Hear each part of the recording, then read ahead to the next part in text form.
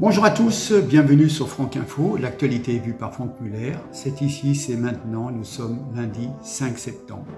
Bien.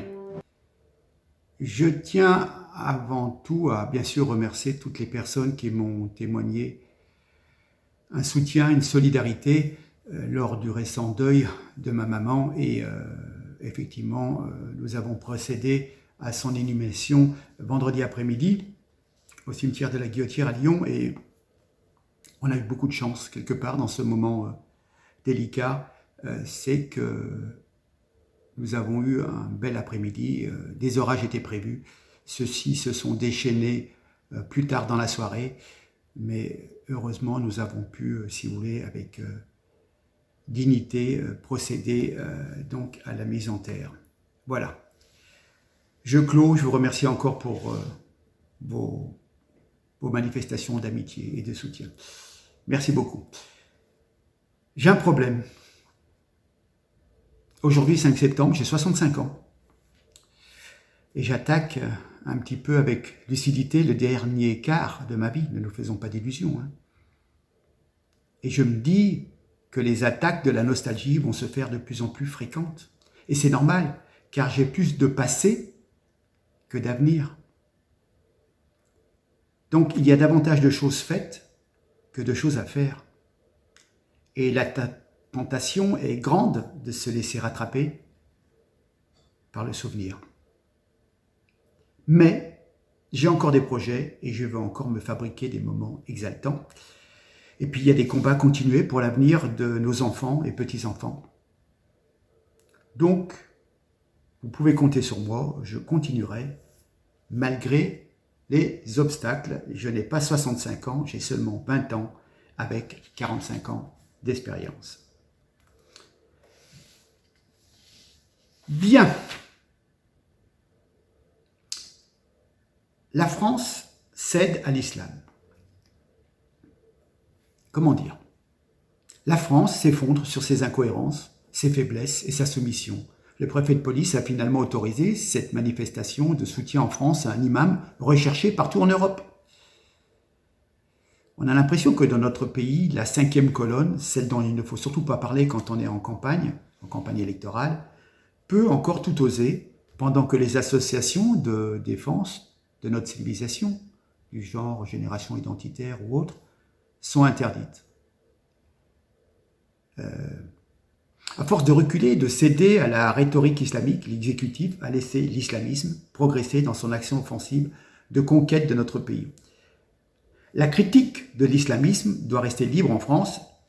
L'islamophobie, évoquée pour justifier cette manifestation de samedi à Paris, est un concept habilement utilisé pour tenter de nous culpabiliser et utiliser les failles de notre droit. Regardez cette affiche, regardons ensemble. C'était donc place de la République, samedi dernier à 15h, pour dire non à l'expulsion de l'imam, pour dire non à l'islamophobie d'État, bien sûr, bien sûr, bien sûr. Ce que je veux dire, c'est que l'État français n'a rien contre les musulmans assimilés, respectueux de la laïcité, de notre droit, de nos valeurs. En revanche, le devoir de l'État est de lutter contre la volonté communautariste et séparatiste des fanatiques de l'islam politique et fondamentaliste, car nous ne voulons pas d'une contre-société qui aurait pour but d'effacer progressivement l'identité française, et c'est bien entendu ce qui se passe dans différents quartiers, avec différents commerces, etc., etc. Alors, il y en a un quand même qui doit être bien embêté, c'est le préfet du Nord, Georges-François Leclerc. Sa gêne était quand même palpable mardi dernier, lors de la conférence de presse sur la disparition de l'imam Iki Houssen. Voilà. De ses explications embarrassées, on retenait que la France était un état de droit, merci, on s'en doutait, qu'on ne pouvait donc pas faire n'importe quoi, fatalement, et qu'il n'y avait pas lieu de surveiller en permanence un homme jamais condamné. Le préfet avait déjà bien à faire avec l'organisation des mesures de sûreté de la plus grande braderie d'Europe. Il y a eu plus de 2 millions de visiteurs à Lille et le pauvre était préoccupé par l'organisation de cette braderie. Et puis en cas d'incident, c'était tout pour sa pomme. Comme disait Chirac, les emmerdes, ça vole en escadrille. Pour peu qu'il y avait un attentat à la braderie, en plus de l'imam qui se fait la belle, enfin bref, voilà. Enfin, moi je me barre, l'imam dont on nous rebat les oreilles depuis des semaines avec un feuilleton judiciaire rocambolesque, je vais y revenir, est introuvable. Quand vous pensez que, quand même, ce type qui fait halter le ministre de l'Intérieur n'est même pas surveillé, enfin, surveillé à moitié, je ne sais pas. On peut hésiter entre 3 solutions. Hein. Soit il faut se mettre à 10 dessus pour le coller dans l'avion, mais il va pousser des hurlements pendant tout le vol et le pilote va refuser de prendre le risque d'emmener cet énergumène dans son pays d'accueil. Ou alors, le Maroc ne laissera pas l'engin atterrir et il faudra rentrer en France, la queue basse et le ministère honteux. Voilà. Alors, pour éviter le fiasco, on préfère ne pas le trouver. On vous laisse 2 jours pour disparaître de vous-même. Voilà. Hein. Nos services sont-ils vraiment aussi nuls que ça? Y a-t-il eu un accident regrettable? Ou est-ce un arrangement? Donc, Yukusen, 3 milliards, non, 3 humiliations, excusez-moi, pour la France. Pourquoi? Vous avez vu que ce Hassan Yukusen est au cœur de l'actualité depuis quelques semaines. Depuis juillet, le ministère de l'Intérieur nous avait annoncé avec Gérald Darmanin son expulsion prochaine du territoire national vers le Maroc, dont il a la nationalité. Alors cette décision ministérielle avait été cassée dans la foulée par le tribunal administratif de Paris avant que le ministre n'intente un recours devant le Conseil d'État qui a dit le vendredi 26 août, c'est ok, on peut donc expulser, voilà. Hein. Rappelons qu'on reproche à cet imam la tenue de propos antisémites, antirépublicains, homophobes et misogynes. Voilà, hein. Depuis 18 mois, cet imam est fiché S. Alors, quand je dis que la France est 3 fois humiliée, rendez-vous compte que ce sont les juges, ivres de leur pouvoir, qui n'ont plus depuis bien longtemps le sens de l'intérêt général. Donc cette magistrature a cru bon de faire un pied de nez à la France, à l'État français, en refaisant l'expulsion de l'imam marocain. Voilà, hein, c'était une première déjà humiliation. Le fait que la France, via son gouvernement, ne puisse plus décider sans l'autorisation des juges qui peut ou ne pas séjourner sur le territoire national est un énorme scandale. Hein. Donc il faudra y remédier par une massive modification législative, ça va de soi. Hein. Ensuite, Yukusen lui-même, rusé, l'adepte de la taquilla, a pris ses jambes à son cou sans demander son reste, probablement vers la Belgique. Et car il se doutait que le Conseil d'État validerait son expulsion. Voilà, ce fut le cas. Donc, Yukusen est introuvable. On l'a mal surveillé. Pour autant, je répète, un fichier S. Bref, une deuxième humiliation majeure. Et 2 jours après, le Maroc a suspendu le laissez-passer consulaire qu'il avait délivré le 1er août à l'imam, afin de permettre son expulsion pour la France. Voilà. C'est le 3e affront, c'est la 3e humiliation. Donc, que devient la France aux mains de plus en plus d'incapables, à l'ego démesuré, des gens comme Darmanin qui préparent la présidentielle 2027, mais que devient la France humiliée par des imbéciles et des traîtres? Franchement, cette France foulée aux pieds.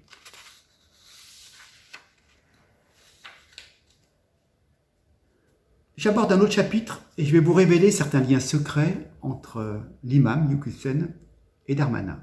Pourquoi? Jeudi 25 août, une enquête du Parisien révèle que le prédicateur islamiste Yukusen aurait acheté une propriété immobilière il y a 20 ans à l'oncle de Gérald Darmanin, celui même qui cherche à l'expulser. Voilà. Hein. Alors,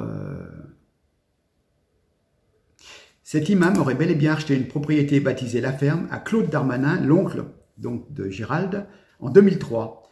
Voilà, hein, il y a un acte de vente en date du 27 mars 2003 entre la société Darmanin père et fils et Hassan et Zeina Yukusen pour un ensemble de bâtiments industriels situés à Lourches, dans le nord, près de Valenciennes. L'imam islamiste, proche de la confrérie des frères musulmans, aurait transformé les bâtiments en ferme d'élevage, de bovins et d'ovins. Voilà. Donc, il y a déjà... Maintenant,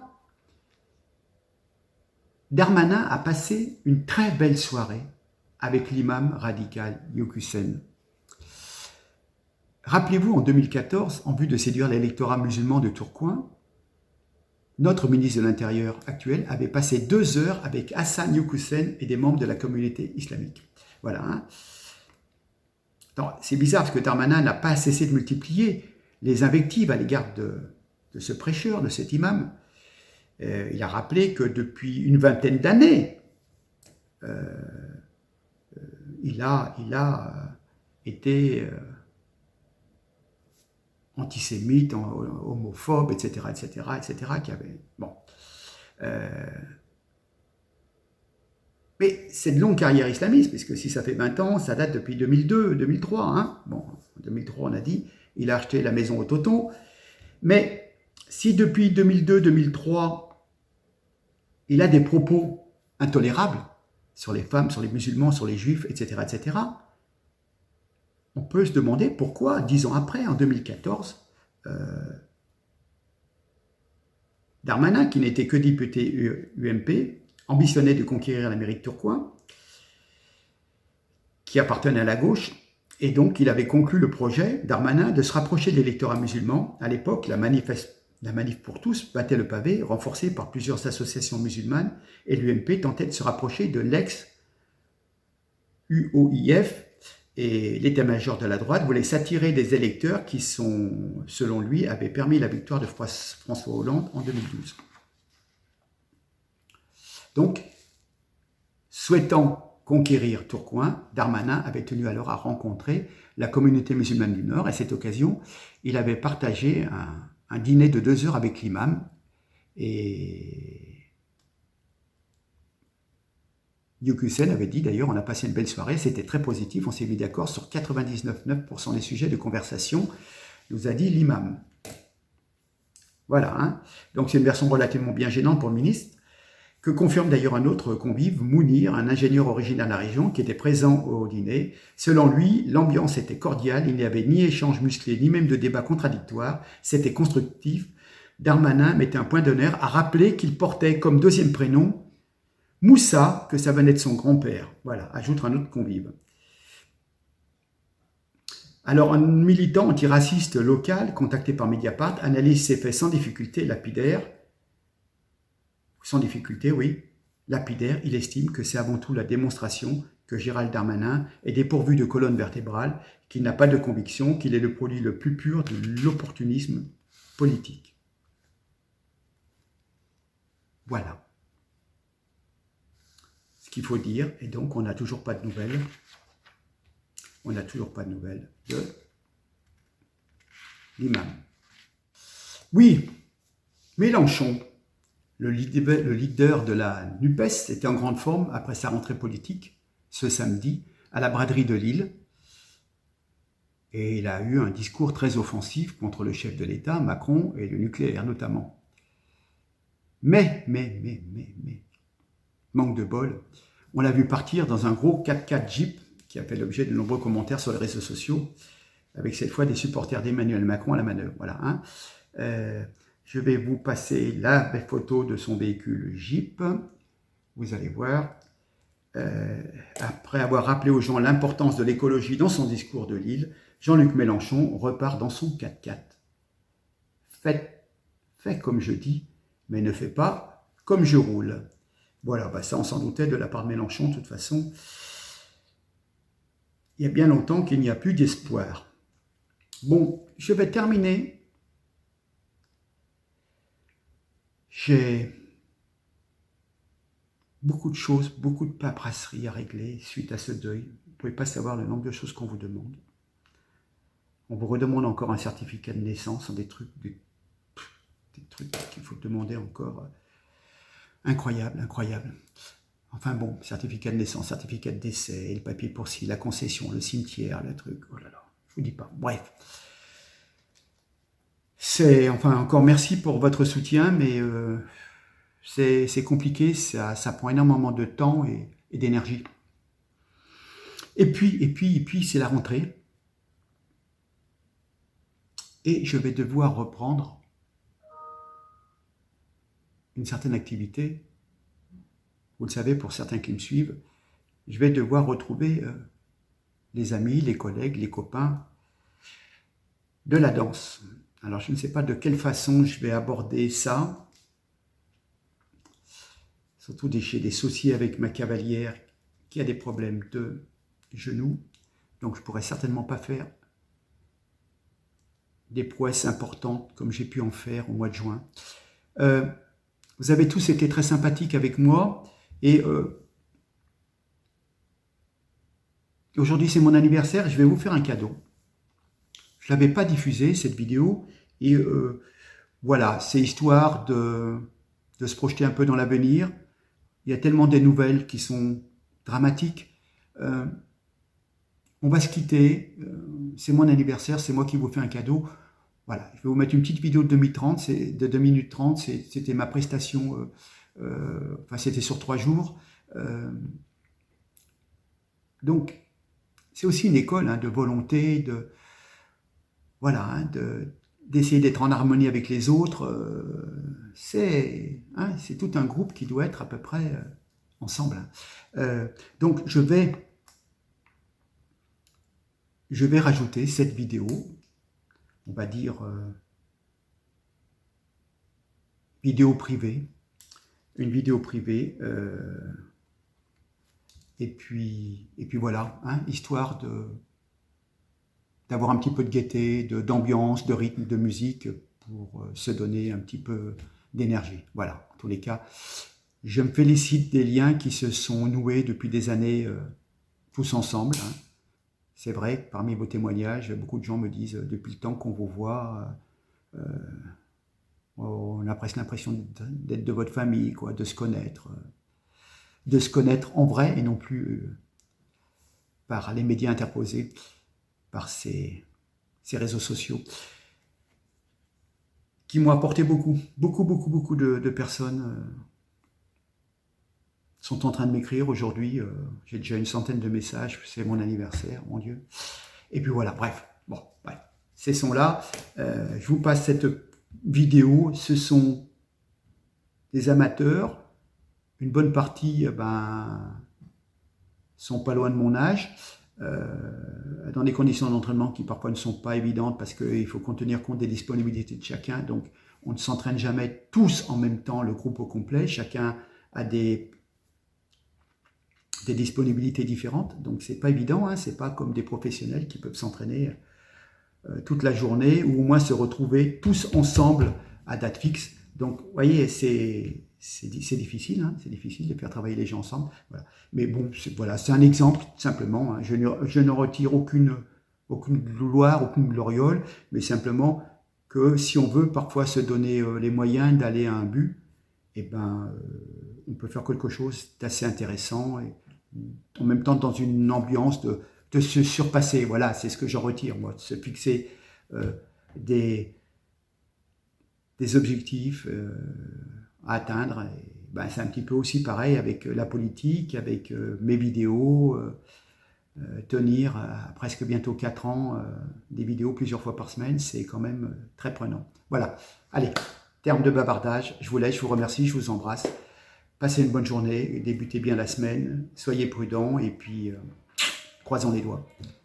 Merci en tous les cas, je vous salue, mesdames, je vous embrasse, à très bientôt. Au revoir.